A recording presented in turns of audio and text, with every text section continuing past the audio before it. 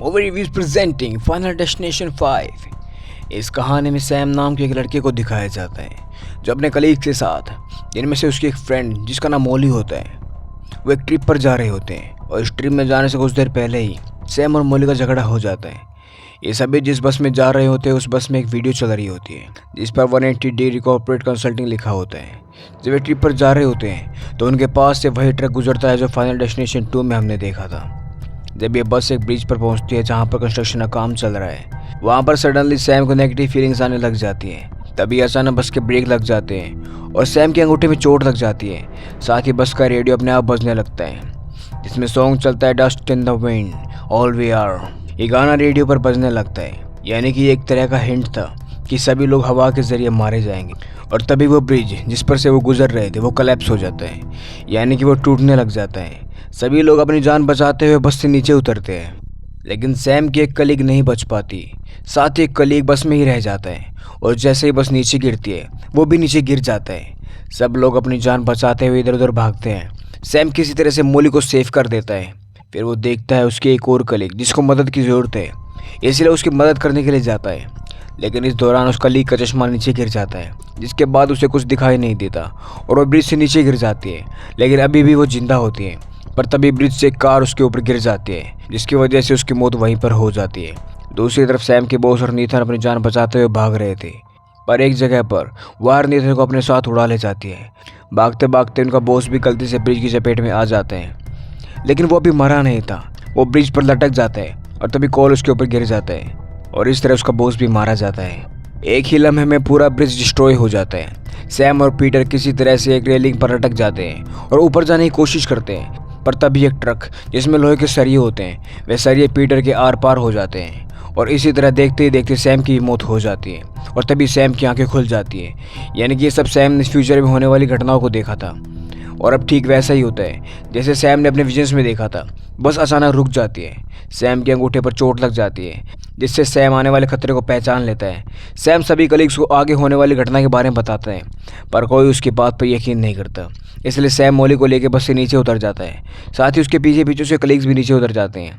और थोड़ी ही देर बाद हम देखते हैं कि ब्रिज सच में टूट जाता है। उसके कॉलेज को समझ नहीं आ रहा था ये क्या हो रहा है। उन्हें समझ नहीं आता कि सैम को उस ब्रिज के बारे में कैसे पता था।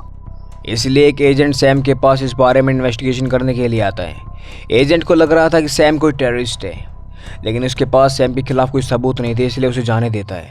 अगले दिन जब जो लोग उस ब्रिज की कोलैप्स से मरे थे उनकी याद में एक मेमोरियल रखा जाता है। वहाँ पर विलियम की मुलाकात सैम से होती है। वो सैम को बताता है कि डेथ को कोई धोखा नहीं दे सकता। सैम पैसे से एक शेफ़ होता है जिस रेस्टोरेंट में वो काम करता था। उसकी ब्रांच अब पेरिस में शिफ्ट होने वाली थी। मोली नहीं चाहती थी कि सैम उसको छोड़कर पेरिस में जाए और इसी वजह से उनके बीच में अनबन हुई थी। दूसरी तरफ पीटर की दोस्त जब अपनी जिम प्रैक्टिस कर रही थी, वो इस प्रैक्टिस को बहुत इंजॉय कर रही थी। और उस दिन जब पीटर उसे बैठकर देख रहा था, उसकी मौत हो जाती है। पीटर ये देखकर शॉक्ड हो जाता है। अगले दिन दिखाया जाता है कि ऑफिस में सब उदास बैठे होते हैं। अपने दोस्त की डेथ के बाद किसी का भी काम करने का मन नहीं कर रहा था। पीटर भी बहुत ज़्यादा उदास होता है। वो सभी मिलकर एक साथ ड्रिंक करते हैं। तभी उनका ध्यान जाता है कि उनका एक कलीग उनके साथ नहीं है। उस कलीग को दरअसल स्पा में टिकट मिल जाती है, इसलिए वो वहाँ पर चला जाता है।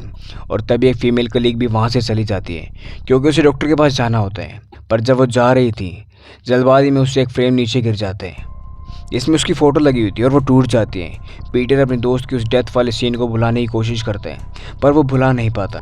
दूसरी तरफ इनका बॉस इन पर नज़र रखे हुए था। वो सारी खबर एजेंट को दे रहा था। फिर हमें पीटर को दिखाया जाता है जो कि स्पा ले रहा था। स्पा के बाद लेडी उसे 30 मिनट के लिए आराम करने के लिए कहती है और उसे वहाँ पर अकेला छोड़ती है। उसकी बॉडी पर नीडल्स लगे हुए थे। और तभी हम देखते हैं कि वहाँ पर रखे टॉवल में अपने आप आग लग जाती है। वो चिल्लाता है लेकिन कोई वहाँ पर नहीं आता और जैसे वो खुद से उठने की कोशिश करता है वो नीचे गिर जाता है, जिसकी वजह से वो नीडल उसकी बॉडी में चुभ जाती है और धीरे धीरे वो आग उस कमरे में फैल जाती है। लेकिन फिर भी वो जिंदा होता है, लेकिन स्टैचू उसके ऊपर गिर जाता है जिसकी वजह से वो मारा जाता है। अब हमें सैम और मोली को दिखाया जाता है जो ऑफिस में एक दूसरे से बात कर रहे होते हैं। सैम मोली को अपने साथ पेरिस चलने के लिए कहता है। मोली बहुत खुश हो जाती है। तभी वहाँ पीटर आ जाता है। वो इस कलीग के बारे में बताता है जो स्पा में गया था। जब उसे देखने जाते हैं तो वहाँ उन्हें विलियम दिखाई देता है। सैम को लग रहा था विलियम उनका पीछा कर रहा है, इसलिए उसे पूछता है कि वो वहाँ पर क्या कर रहा है। तो विलियम उसे कहता है जहाँ पर डेथ होने वाली होती है वो वहाँ पर होता है, यही उसका काम है। सैम विलियम से पूछता है कि ये क्या हो रहा है। तब विलियम उन्हें डेथ का पैटर्न समझाता है। और इस तरह वो समझ जाते हैं कि अगर उनकी जगह किसी और की डेथ हो जाए तो उन्हें उनकी लाइफ मिल जाएगी। और इस तरह से वो डेथ को चीट करने की कोशिश करते हैं।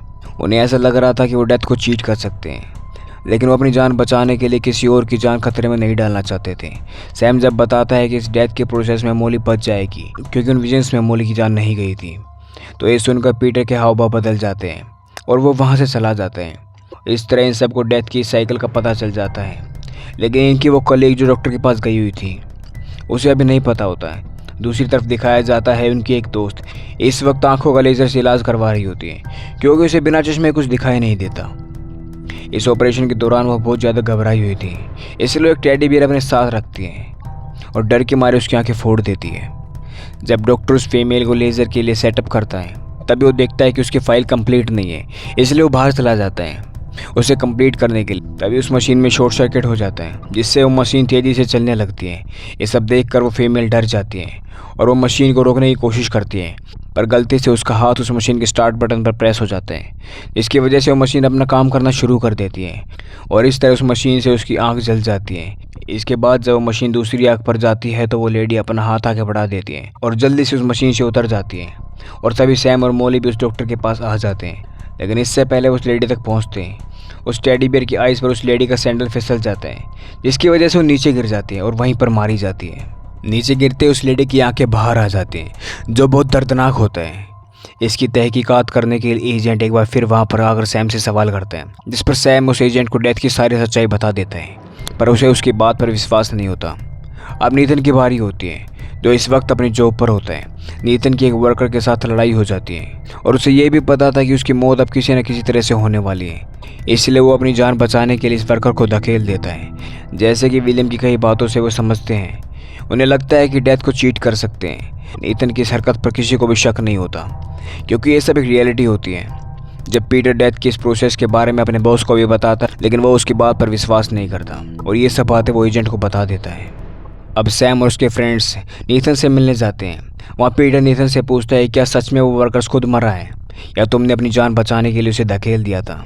इस पर नीतन उन्हें सच बता देता है कि उसने खुद को बचाने के लिए उस वर्कर की जान दे दी। अब वो कहते हैं कि फिर तो अगला नंबर उसके बॉस का है और तभी वहाँ पर बॉस आ जाते हैं और बॉस के वहाँ पर आते एक रैक सीधा बॉस को लगता है, जिससे वो भी मर जाता है। और इस तरह से वो समझ जाते हैं कि खुद की जान बचाने के लिए वो किसी और की जान दे दें तो उनकी जान बच जाएगी।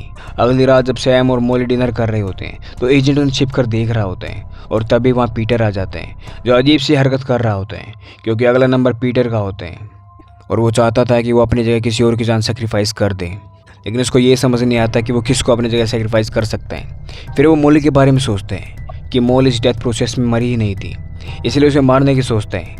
और तभी पीटर गन निकाल कर मोली को मारने वाला होता है कि सैम उसे बचा लेता है और गन की आवाज़ सुनकर एजेंट भी बाहर आ जाते हैं। सैम और मोली छिप जाते हैं, लेकिन किसी तरह से पीटर सैम को ढूंढ लेता है और उसे बेहोश कर देता है और मोली को ढूंढने लग जाते हैं। तभी वहाँ एजेंट आ जाता है और पीटर उस एजेंट को मार देता है। वैसे तो पीटर ने एजेंट को मारकर अपनी जान बचा ली थी, लेकिन फिर भी वो मोली को मारना चाहता था। इससे पहले वो मोली को मारता सैम आकर पीटर को मार देता है और इस तरह एजेंट की जान से सैम की जान बच जाती है। ये दोनों बहुत खुश हो जाते हैं और अब इन्हें लगता है कि सब कुछ ख़त्म हो गया और अपनी बची हुई लाइफ जीने के लिए पेरिस चले जाते हैं। और 2 हफ्ते बाद दिखाया जाता है जब वो फ्लाइट में जा रहे होते हैं तो वहाँ सैम नोटिस करता है कि वहाँ 2 लड़के आपस में लड़ रहे होते हैं और ये कोई और नहीं होता बल्कि एलेक्स और कार्टर होते हैं। इसका मतलब ये था कि ये कहानी पार्ट 1 से ही पहले की है। इसके बाद जब प्लेन टेक ऑफ करता है और जब सैम सॉन्ग सुनता है तो उस प्लेन में वही सॉन्ग बजता जो ब्रिज कोलैप्स होने के समय बज रहा था, dust in the wind we all are one. और तभी सैम के अंगूठे पर चोट लग जाती है। इसका मतलब ये था कि सैम समझ चुका था कि वो मरने वाला है। वो बहुत जल्दी सच हो जाता है और सैम भी मारा जाता है। अब सवाल ये था कि जब नीतन किसी और की जान अपनी जगह देकर बच जाता है तो सैम क्यों नहीं? वो इसलिए क्योंकि उस एजेंट की लाइफ इतनी ही थी। और इसी के साथ ही कहानी यही ख़त्म हो जाती है। उम्मीद करते हैं आपको ये कहानी पसंद आई होगी। अगर आपको ये कहानी पसंद आई तो चैनल को सब्सक्राइब करना ना भूलें। मिलते हैं अगली वीडियो में।